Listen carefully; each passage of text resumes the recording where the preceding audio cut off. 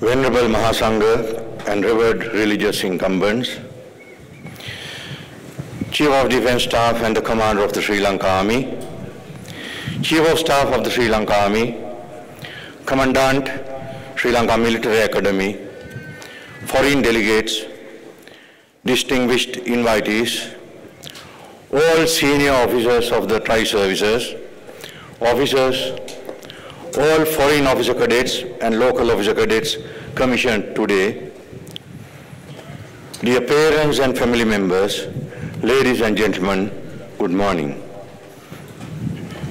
I consider this as a great opportunity and privilege to address you as the chief guest on the occasion of this grand passing out parade held for the commissioning of 187 officer cadets, including 1 Maldivian officer cadet, 2 Zimbabwean officer cadets, and 18 lady officer cadets of intake 88, 88 Bravo, and lady intake 18 of Sri Lanka Military Academy. As noted, we have 16 local officer cadets who have completed their basic military training at world-recognized foreign military academies such as Army Infantry Academy, China, National Defence Academy, India, Pakistan Military Academy, and Royal Military Academy, Sandhurst, United Kingdom, which seems worth mentioning. At the very outset, let me convey my sincere appreciation for the Acting Chief of Defence Staff and the Commander of the Army for extending this invitation, which afforded me the opportunity to witness such an impressive passing out parade arranged to mark the commissioning of these officer cadets on completion of their basic military training. Newly commissioned officers, you are reminding me the day which I too stood just like you in my commissioning parade way back in year 1982, and makes myself happy to see the future military generations of our nation. This parade ground of Sri Lanka Military Academy, which you are standing today, holds the most heroic testimony of all those great military leaders who have contributed to call the end to the bloodthirsty terrorism in our country. Ladies and gentlemen, we are blessed with the most victorious army in the world, which led the national campaign to call an end to the bloodthirsty terrorism that ruined the country for almost 3 decades. The devotion, dedication, and commitment of all those brave officers and soldiers who fought courageously against the most ruthless terrorist organization that has ever existed in the world paved the way in achieving this long-awaited wish of all peace-loving Sri Lankans. I salute those gallant officers and soldiers who relentlessly pursued the nation's enemy to the desired end.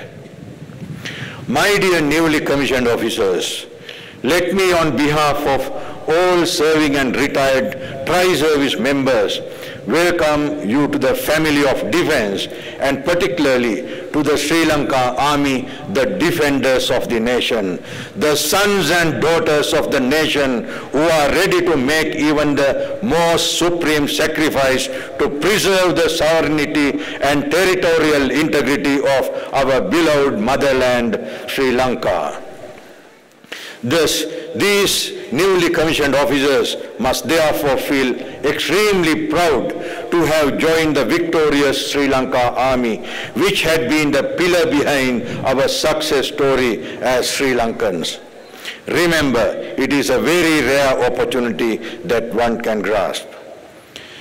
On this momentous occasion, I would be failing in my duty if I do not mention the immense level of pride and contentment endured by the parents of these newly commissioned officers, witnessing the achievements of their sons and daughters on their special day. Dear parents, You should also feel proud of yourselves as your sons and daughters have selected the best profession or the career in the country. I profoundly consider the military service as the most noble profession in the whole world. The journey they begin today as newly commissioned officers will surely take them along a very clear career path which is bestowed with bundles of career benefits which they could never afford by serving in any other profession. Today, they have just taken the first step by receiving the commission from His Excellency the President and the Commander-in-Chief of the Armed Forces of the Government of Democratic Socialist Republic of Sri Lanka in this event. Yet it marks the grand beginning of a career filled with utmost prospects which others can never afford. Hence, let me present my heartiest compliments and congratulations and also extend my gratitude to the parents of these young men and women for guiding their children to join the army, the defenders of the nation. Newly commissioned officers, from today onwards, you will be commanding men and women. It is very rare opportunity bestowed on you at a very young age of your caliber. These lives are at your hands. Therefore, you all must endeavor to protect your men and women in any situation. All commanders should first become good leaders who will understand the heartbeat of the soldiers under his command. We do not need machines to command them.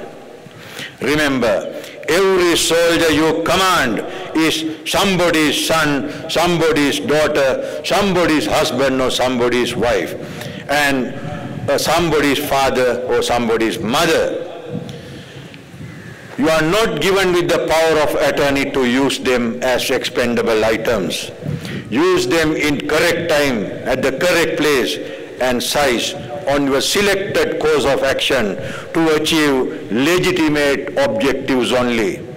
Always keep in your mind to exercise your analytical mind, try to make the most viable and appropriate without running into hasty decisions. Further, I urge you to become professional officers by improving your professional competencies for the betterment of the Sri Lanka Army to extend a better service for the nation. There will be a number of opportunities offered to you, including training courses, both local and abroad. You should take maximum advantage out of those to build your professional competency and become demanding officers for the Army.